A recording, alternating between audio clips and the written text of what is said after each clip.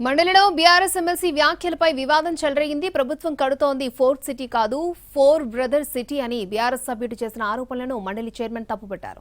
ఇలాంటి కామెంట్లు సరికాదన్నారు ఆయన.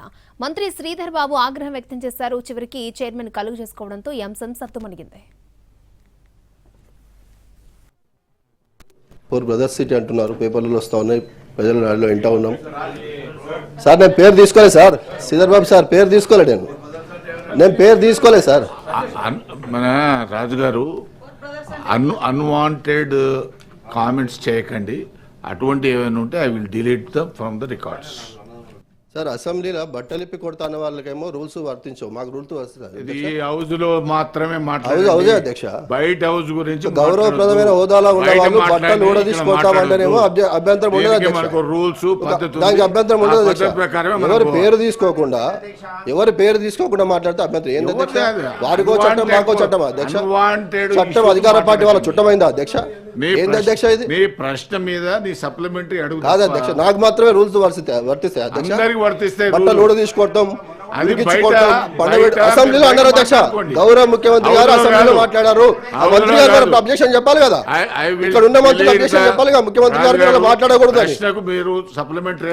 నాకేనా చట్టం అధికార పార్టీకి చుట్టమైందా అధ్యక్ష? అధ్యక్ష మీ అనుమతితో తప్పకుండా మాట్లాడతాను అధ్యక్ష, దానికి ఏమి ఇది లేదు.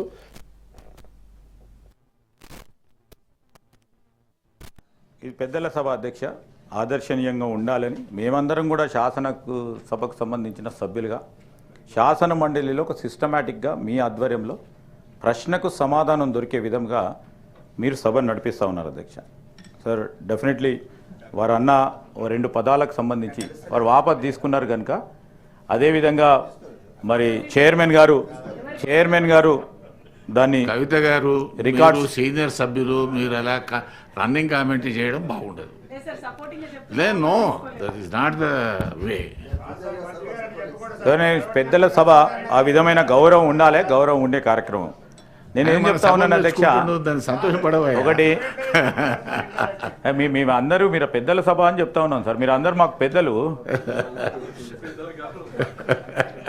సో ఆ మర్యాదను కూడా మేము ఆశిస్తాం.